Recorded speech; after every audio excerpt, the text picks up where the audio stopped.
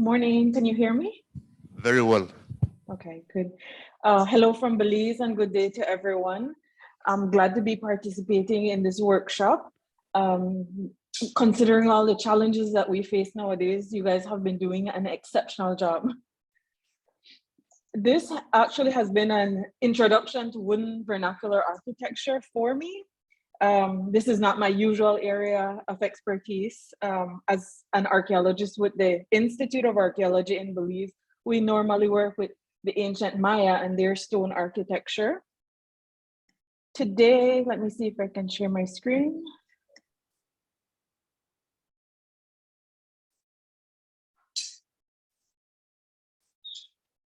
Can you see it?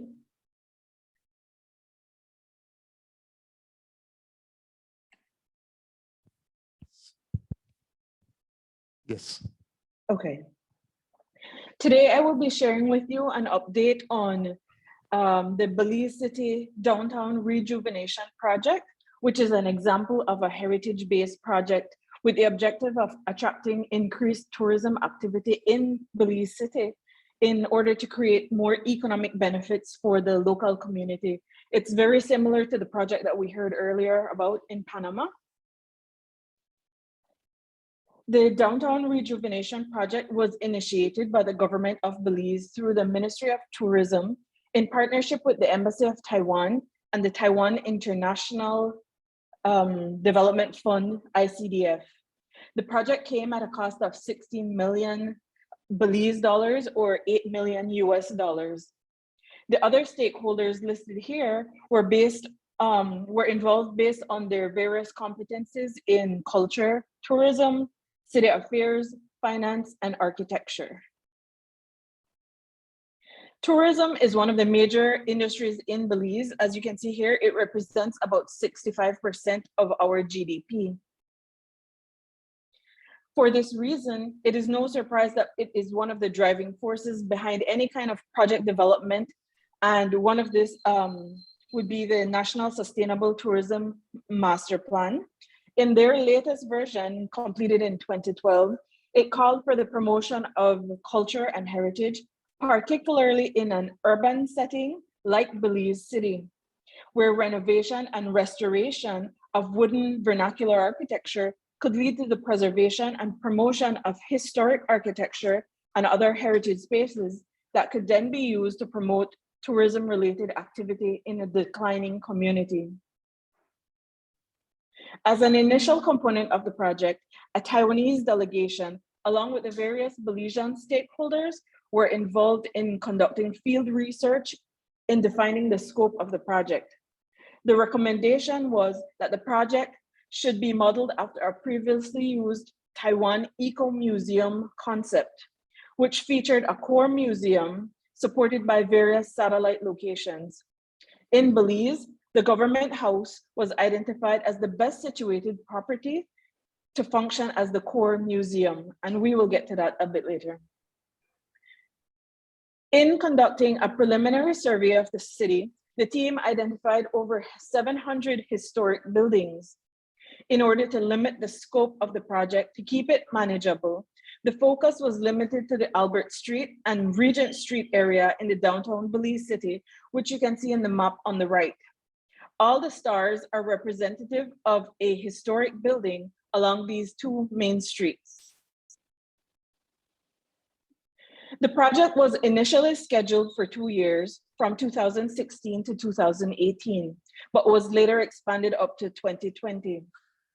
The major expectations of the project were to improve on the national historic legislation, to improve awareness of culture and self-identity through the promotion of heritage and associated relics in Belize City, to increase the willingness to protect and preserve historic architecture and heritage spaces, to increase the economic potential of the downtown area, and lastly, to enhance the downtown infrastructure.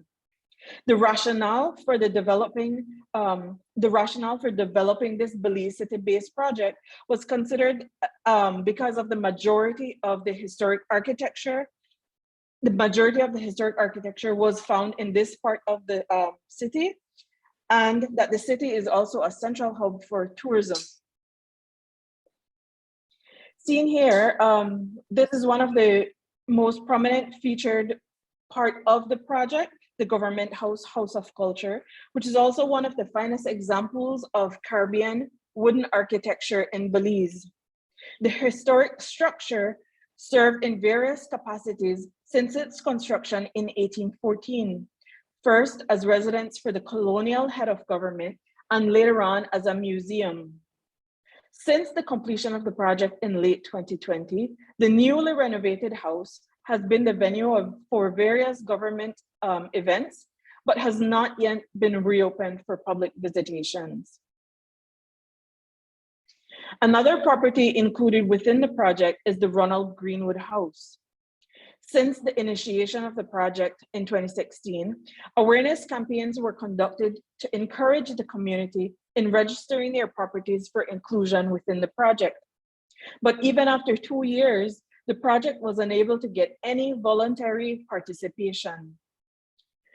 It was then forced to acquire this property as the owners would not agree to any other proposals.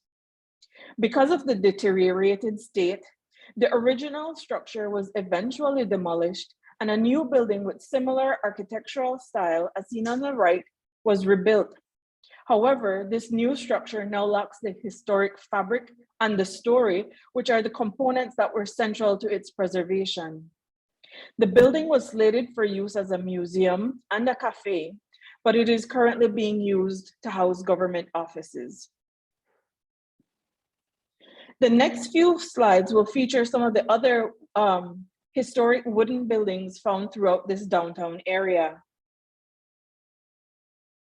Many of these buildings now function as offices or even as spaces for shops. The upper floors typically still function as private residences. And as you can see in the photos, many of the buildings which have been renovated, not really part of this project, but done privately, are often then put up for sale on the market. One of the critical components of the downtown rejuvenation project included the improvement of the National Historic Preservation legislation. In 2017, the project was successful in spearheading the passing of Belize's first ever National Historic Preservation Act. And much of the responsibility for this now lies with the NICH, the National Institute for Culture and History, the statutory body responsible for the development, safeguarding, and promotion of Belize's cultural heritage. The Act calls for the establishment of an advisory council comprising a cross-section of Belizean authorities and civil societies who would oversee the administration of the legislation, including the development of a national register. Unfortunately, as of 2022, no such council has been formed and no other activity related to the Act has been undertaken. Aside from the usual challenges of working with historic architecture, including disaster risk management, the project faced several issues which I consider to be the considered major factors. The lack of community engagement is first and foremost on that. There was simply very little interest in the project. And after hearing so much discussion this week, I feel that perhaps the approach used by the project was not the best and that they did not place enough emphasis on working with the community. Instead, they were caught up more in the tourism potential and the economic benefits to be gained from this project. Perhaps if the cultural heritage managers had been more actively involved in the early developmental stages of the project, there would have been a different result. Another major setback was the pandemic, which brought tourism activity to a complete standstill and severely limited activity by the locals. By October 2020, the project had come to an end with the completion of the infrastructural components without ever achieving the full potential of the eco-museum concept. In November 2020, general elections changed the political landscape in the country. The political party now in power is supportive of efforts in exploring alternative narratives and in creating opportunities for people to explore their own truths tied to these historical spaces. I think Ms. Patricia Green may have spoken about this earlier in the week about decolonization. But I hope that with time, the heritage professionals will have the resources to develop other programs that will stimulate engagement between the community and with these historic spaces.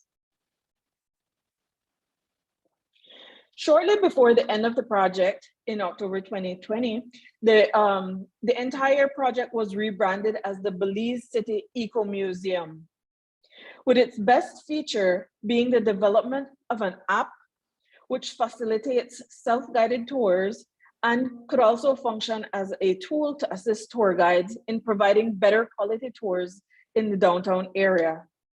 The app provides maps and photos, as well as highlighting the significance of each of the locations. Interestingly, the project included all those properties along those two streets, even those buildings that were not officially part of the project and did not get any funding for any restoration efforts.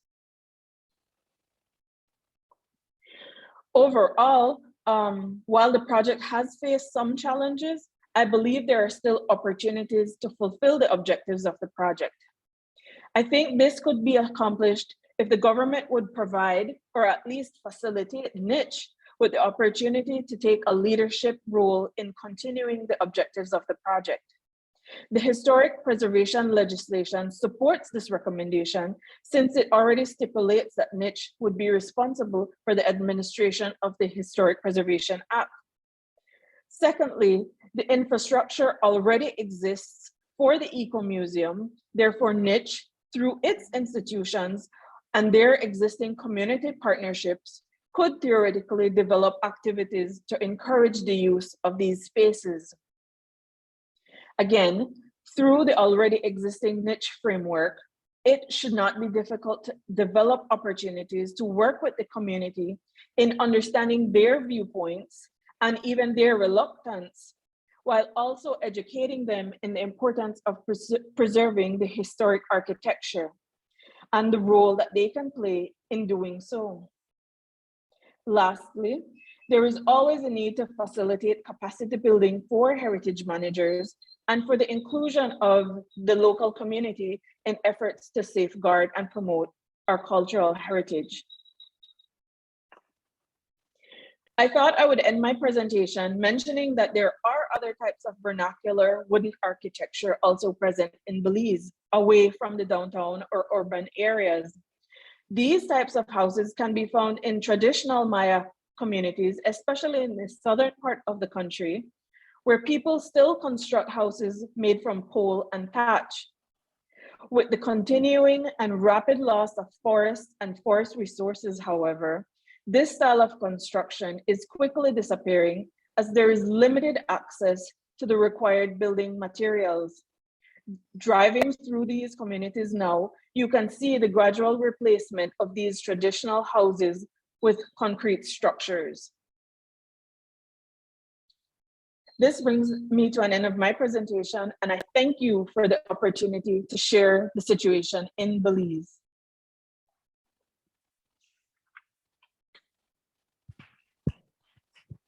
Thank you so much, Melissa.